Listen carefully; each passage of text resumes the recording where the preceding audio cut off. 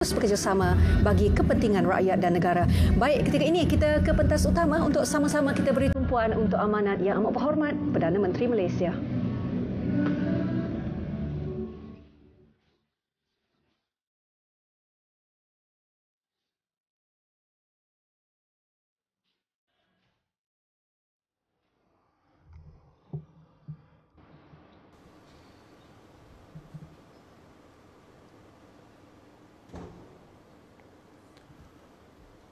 Bismillahirrahmanirrahim. Assalamualaikum warahmatullahi wabarakatuh. Salam sejahtera.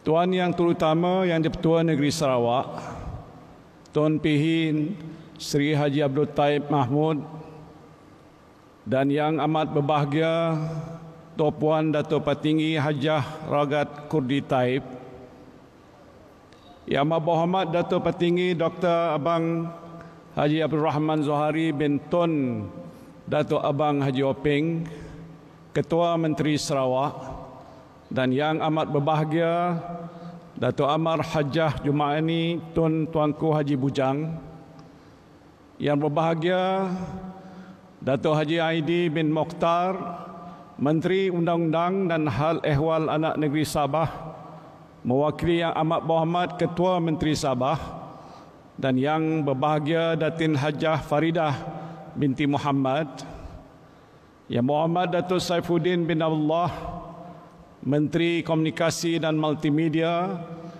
merangkap pengusi Jabatan Kuasa Induk sambutan Hari Kebangsaan dan Hari Malaysia 2020, dan yang berbahagia Datin Norlin Syamsul Bahari, Yang Berhormat Datuk Seri Dr. Stephen Rundi Anak Utom, Menteri Utiliti Sarawak, merangkap Menteri Bertanggungjawab sambutan Hari Malaysia 2020, dan yang berbahagia Datin Seri Loretta Rundi, Yang Berhormat Datuk Yang di-Pertua Dewan Rakyat, Yang Berhormat Menteri-Menteri Kanan dan Menteri-Menteri Persekutuan dan Negeri, Yang berbahagia Tan Sri Ketua Setiausaha Negara, Yang Amat Berhormat Menteri Besar Polis, Yang berbahagia Tan Sri Dato'-Dato', Tuan-tuan dan puan-puan sekalian yang saya hormati.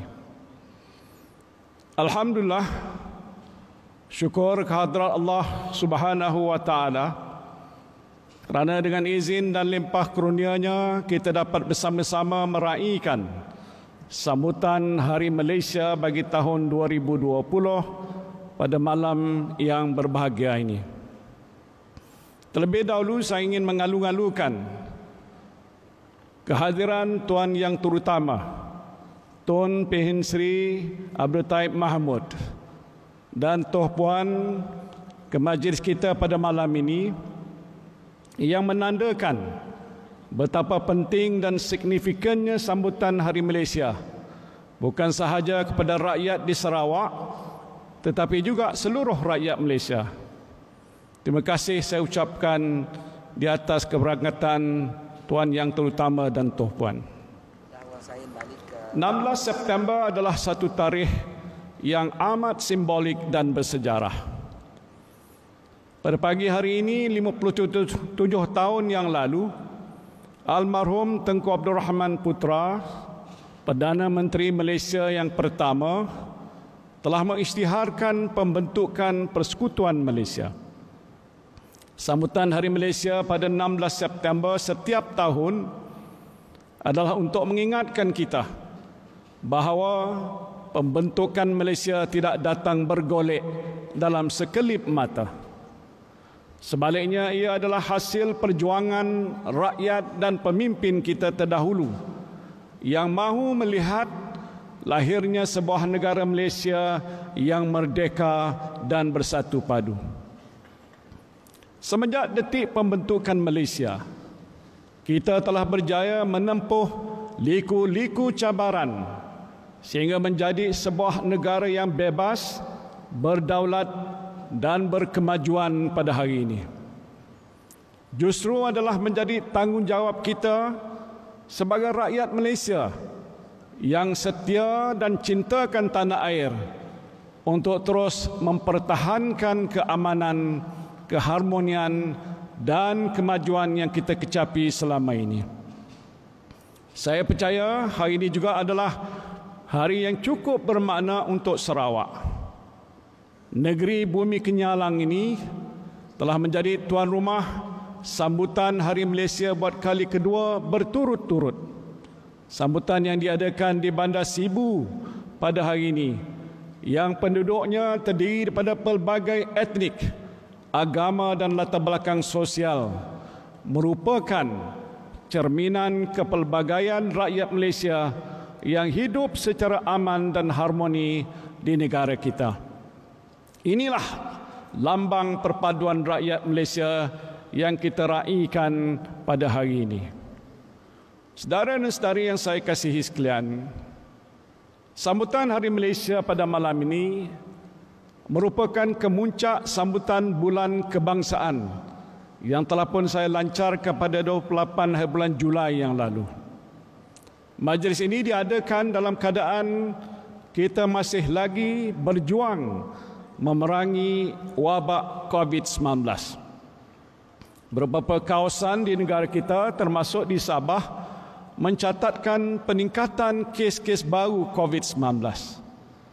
Kes-kes ini menunjukkan bahawa perjuangan kita menentang COVID-19 masih belum berakhir.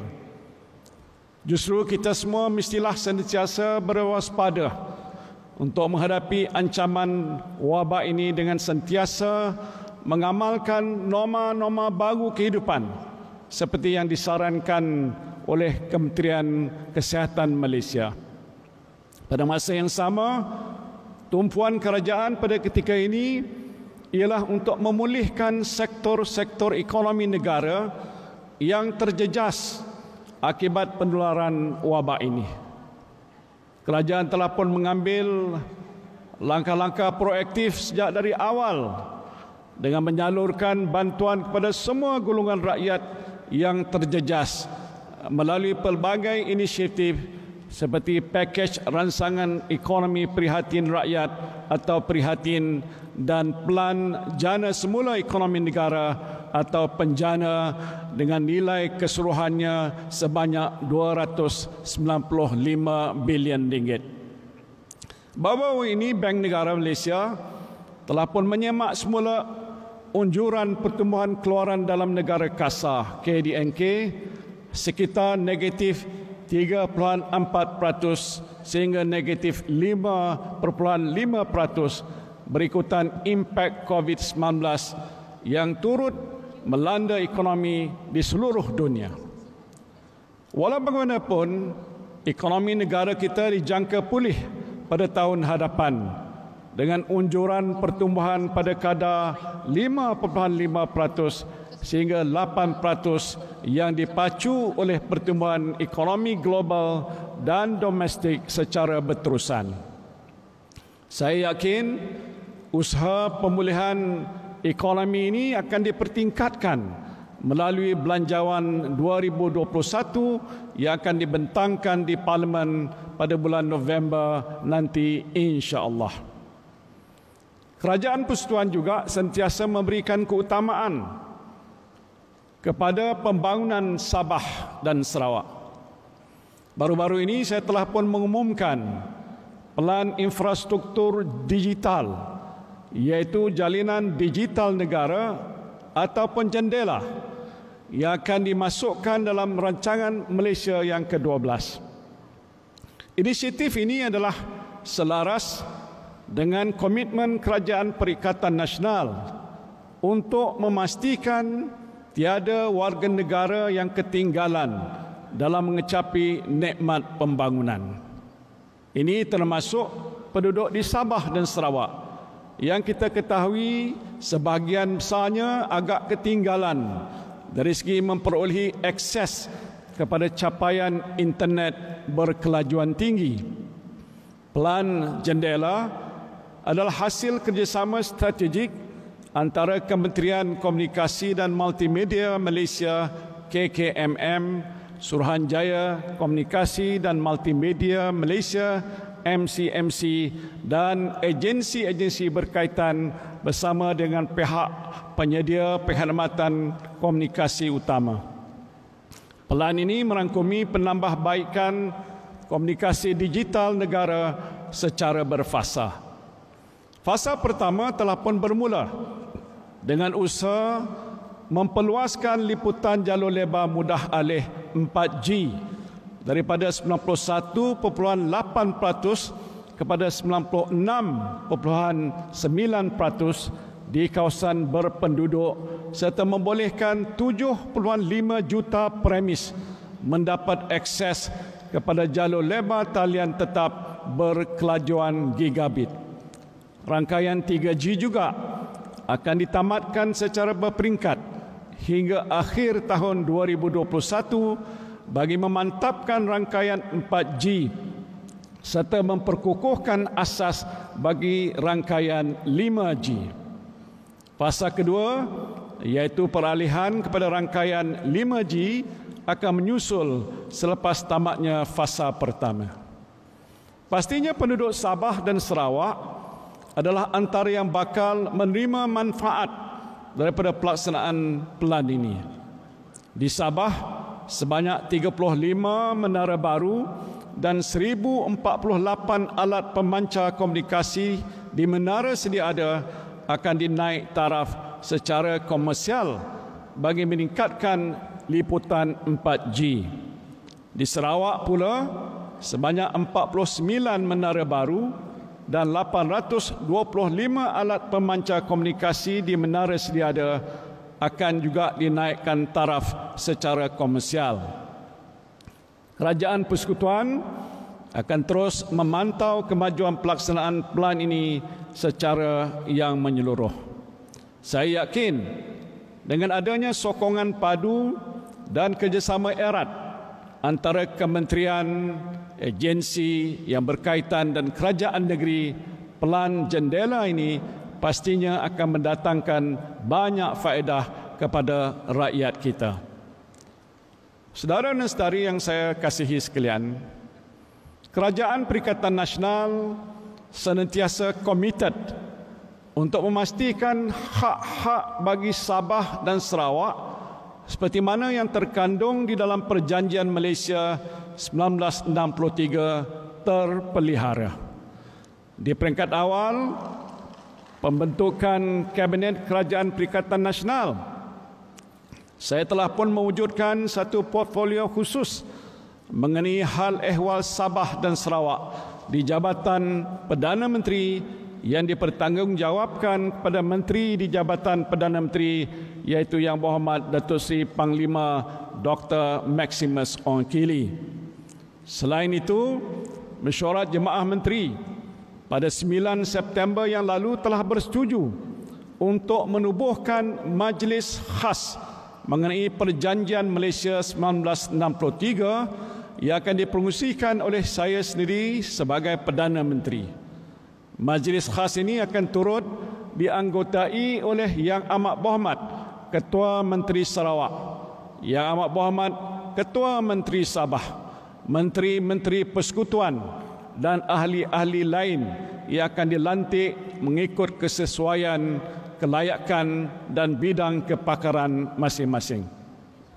Majlis khas ini akan membincangkan isu-isu yang berkait dengan hak-hak Sabah dan Sarawak seperti yang termaktub dalam Perjanjian Malaysia 1963. Antaranya ialah kedudukan Sabah dan Sarawak sebagai rakan sekutu, hak negeri di bawah perkara 112 Perlembagaan Persekutuan, Perjanjian Malaysia 1963 dan laporan Intergovernmental Committee Keselamatan Negeri dan Pendidikan.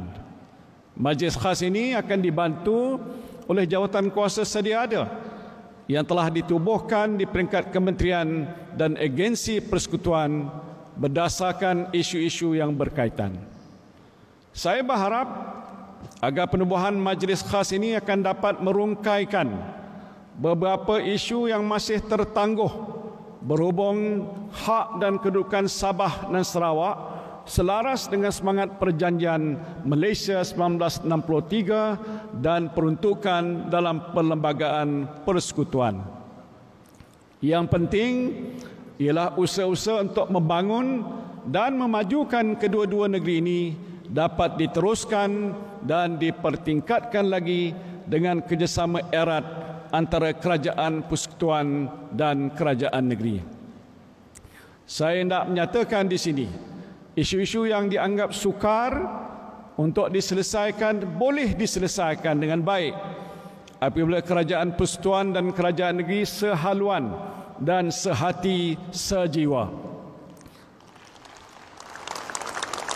Saya ingin merakamkan ucapan penghargaan saya kepada Kerajaan Negeri Sarawak di bawah kepimpinan sahabat baik saya Yang Amat Berhormat Datuk Petinggi Dr. Abang Haji Abdul Rahman Zohari bin Tun Abang Haji Oping yang telah berunding dengan Petronas untuk mencapai kata sepakat mengenai urusan minyak dan gas serta cukai jualan ke atas produk petroleum di Sarawak ini.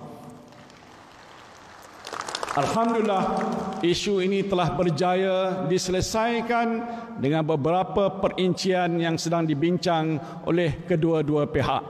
Saya percaya apabila kerajaan persekutuan dan kerajaan negeri sehaluan, yang untung ialah rakyat.